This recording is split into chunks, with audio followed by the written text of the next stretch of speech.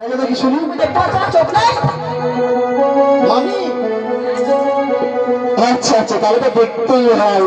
মামার বাড়িতে এসেছি, নতুন মামি এসেছি, ভাগ্নে এসে গেছে, তাহলে তো দেখতেই হয়।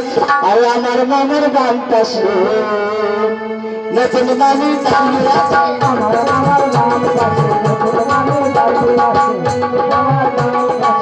আমার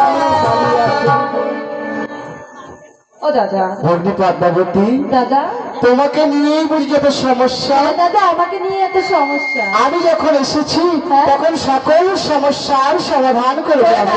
দাদা করে দাও। বেশ, নারায়ণ নারায়ণ নারায়ণ। কি দেখেছো? বলিও মামি, তোমার চেয়ে না আমার নতুন মামিটা অনেক সুন্দর, অনেক সুন্দর, অনেক সুন্দর। তুমি বলতে পারছো? বলতে পারছো এই কথা?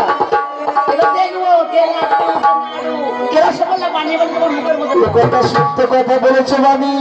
ওই নতুন মামি স্বামী এসেছে, জানি না আমাকে আমার আদর আপ্যায়ন কেমন ভাবে করবে, কিন্তু তুমি তুমি আমাকে বড় যত্ন করো। নতুন মামি বলে মনে বিশ্বাস হয় না। তা বলছি মামি, ওই মেয়েটির সম্পর্কে মামা তোমাকে কিছু বলেছে, আমি বিশ্বাস করি। যাকে দেখতে একটি ধরিনি, সবার যখন না কেমন করে হয়। আচ্ছা আচ্ছা, বেশ, তাহলে শোনো মামি, আমি তোমাকে একটু একটু করে বলে, তুমি একটু একটু করে শ্রবণ করো। তুমি জেনে কি আর জানে না মানি, ও যে তোমার কন্যা,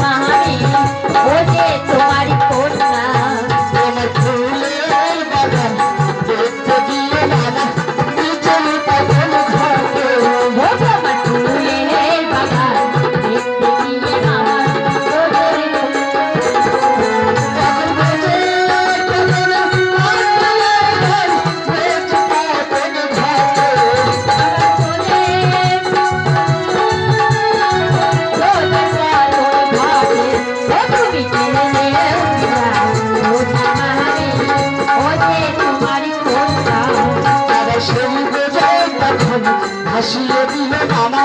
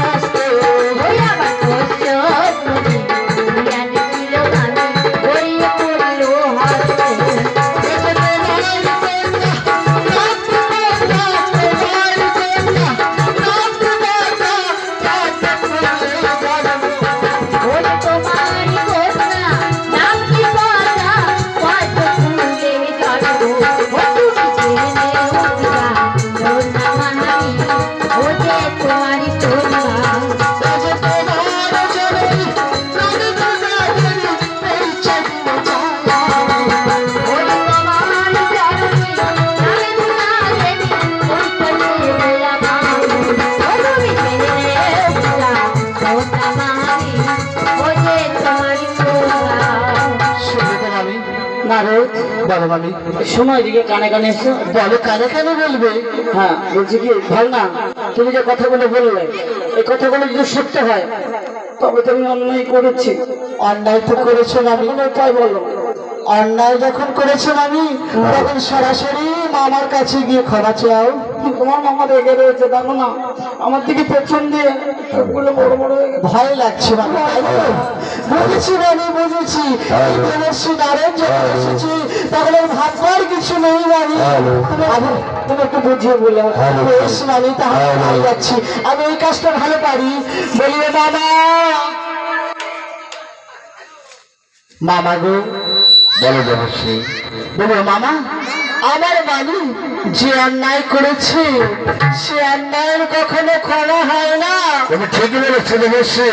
আমি সবসময় ঠিক বলি, তাই বলছি মামা, তুমি আমার মামিকে এই জন্মে কেন জন্ম জন্মান্তরে ক্ষমা করবে না, করবে না, করবে না। সুন্দর কথা বলেছো দেবশ্রী নারায়ণ। বেশ, ভাবনা, ও ভাবনা, চলে যাচ্ছে নাকি মনের আনন্দে? চলে যায়নি। আমাকে বুঝিয়ে বলেছো? হ্যাঁ, মামাকে বুঝিয়ে বলেছি, সেই আনন্দতে সেই সংবাদটা তোমাকে দিতে আসলাম। ক্ষমা করে দেবে বলেছি। ক্ষমা করে দেবে বলেছি, তুমি যাও। শোনো, ক্ষমা করুক আর না করুক, তুমি কিন্তু পেছন দিয়ে চলে যাও না, তুমি আমার সঙ্গে থেকো কিন্তু। তুমি যাও, যাও ভাবি। প্রভু, আমাকে ক্ষমা করে দাও প্রভু। তুমি যে এত মার আমাকে করছো, তার ক্ষমা তুমি কখন আমার কাছে পাবে না, পারবে না, আমার কাছে ক্ষমা পাবে না।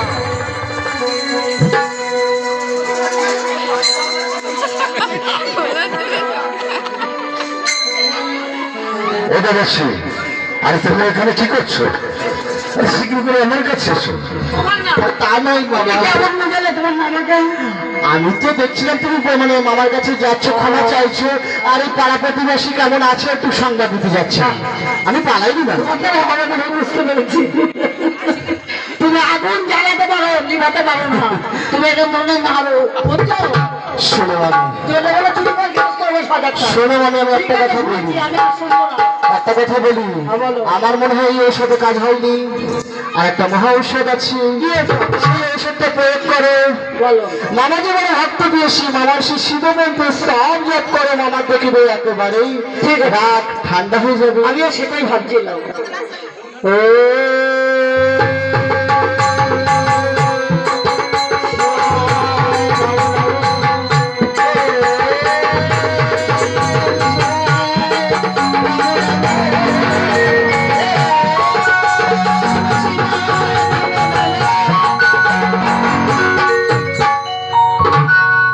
ওটা পার্বতী, তাদের সঙ্গে পার্বতী।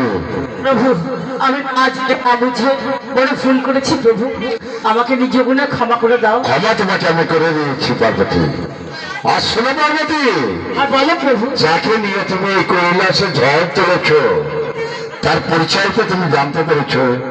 সে তোমার নিজ কন্যা, নামে পদ্মাবতী। তাকে তোমার তুমি তোমার বক্তব্য ধারণ করে নেবে প্রভু, তিনি না বুঝে করে একটা চক্ষু বন্ধ করে দিয়েছি। মা, ও মা, তুই নিজ গুণে আমাকে ক্ষমা করে দে না। না, তুমি এমন করে বলো না মা গো। ও মা, এই যে আমার অদৃষ্ট ছিল, তাই তো আমার হয়ে গেল মা। আয় মা, আমার পক্ষে আয়। আজ থেকে তুই আমার পক্ষে এই কৈলাস জুড়ে থাকবি, কেমন মা গো? নারায়ণ নারায়ণ নারায়ণ, ওই জন্য বলি পর পর হয়, পর কোনো বিনাপের হয় না। মামা মামি ভগ্নি একত্রিত ভাবি মিলে ঘটলো, আর ভাবলি না রে দাদুর মাঝে গড়াগড়ি। বলো না, এই তুমি তোমার ছেলে দেখছি। ছেলে তুমি থাকবে আমার বক্ষ মাঝে, আর ও হচ্ছে